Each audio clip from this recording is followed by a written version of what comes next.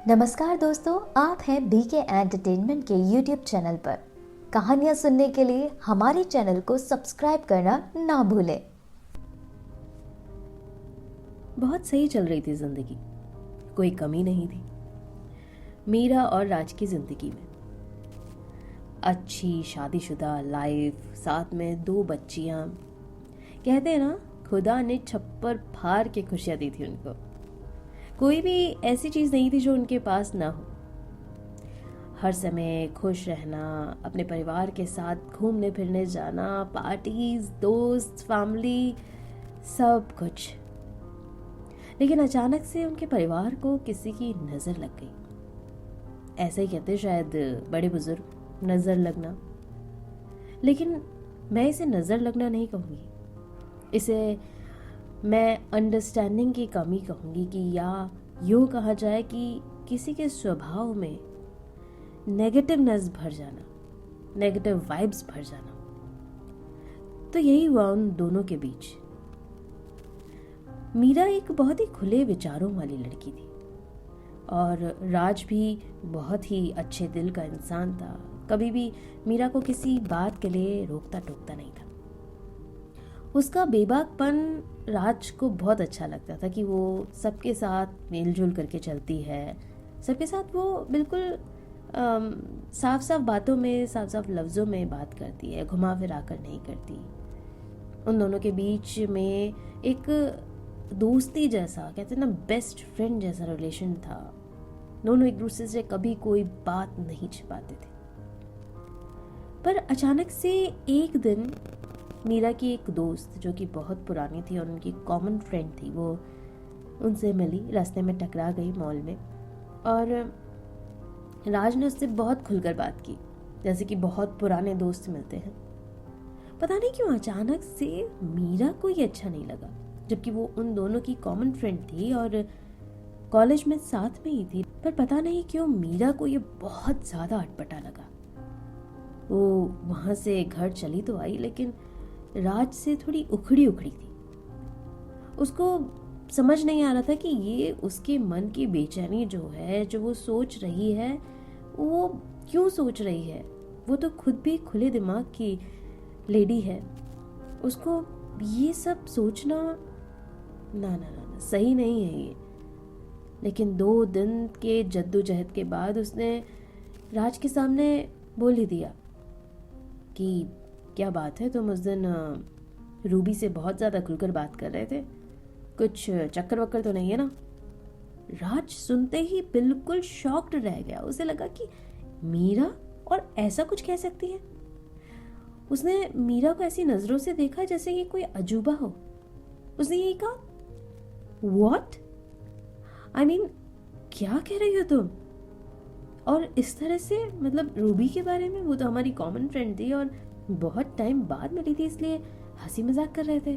और नेचुरली मैंने उससे बात की, ऐसा कुछ नहीं कहा कि तुम्हें लगे कि हमारा कोई अफेयर चल रहा है। और ऐसा है भी नहीं, किसी के साथ भी नहीं। मेरी लाइफ में सिर्फ तुम थी, तुम हो और तुम ही रहोगी। किसी और के साथ 2 मिनट बात कर लेना कोई अफेयर नहीं कहलाता। या ऐसा तो नहीं है कि मैं उससे प्यार करता हूँ या मैं उसके साथ जिंदगी गुजारना चाहता हूँ। मीरा ने खुद को समझाया। उसको लगा कि उसने बहुत बड़ी बेवकूफ़ी की है, क्योंकि आज तक कभी उन दोनों के बीच में इस तरह का कोई झगड़ा नहीं हुआ, किसी भी फ्रेंड को लेकर, फीमेल या मेल फ्रेंड को लेकर। लेकिन आज जो मीरा के जहन में आया, वो पता नहीं क्या था। वो ये बात किसी से डिस्कस नहीं कर सकती थी, क्योंकि बड़ा अजीब लगता कि उसको ये ख्याल कैसे आया। उसने अपने पति राज पर शक किया।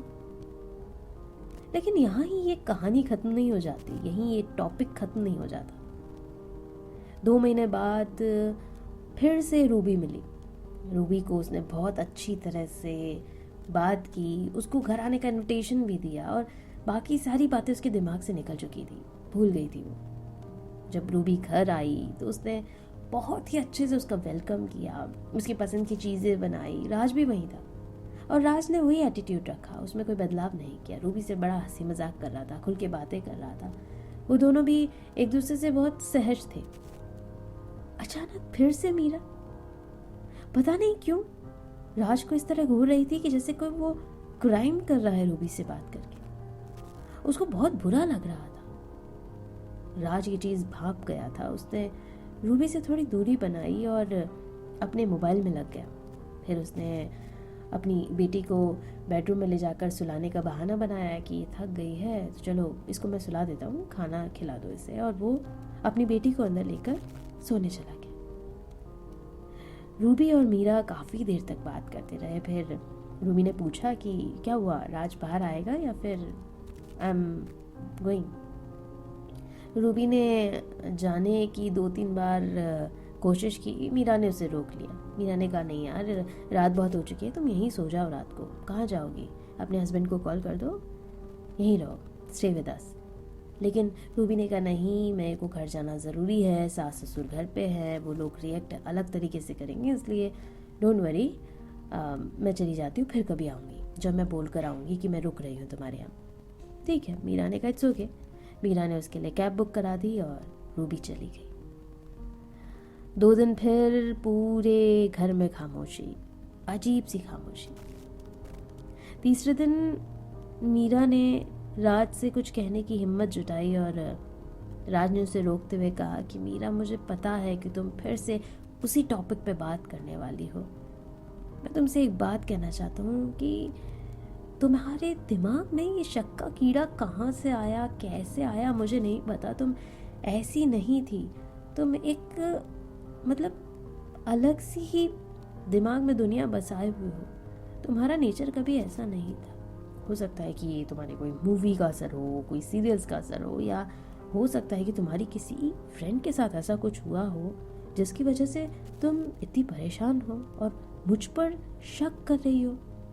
Please don't do this because I am not like those guys. I love you, seriously I love you lot. I love my daughter also. And मैं किसी से अगर 2 मिनट बात कर लूँ तो इसका मतलब गलत मत समझो। तुम चाहोगी तो मैं नहीं बात करूँगा, लेकिन उससे क्या होगा? तुम्हें मुझ पर ट्रस्ट करना ही होगा। Please be with me, trust me, I am yours only, don't worry, I am not going anywhere. उसने मीरा का हाथ अपने हाथ में लिया, उसे प्यारा सा हग किया और फिर उसके बाद उसे एहसास दिलाया कि मीरा, मैं सिर्फ तुम्हारा हूँ और किसी का नहीं।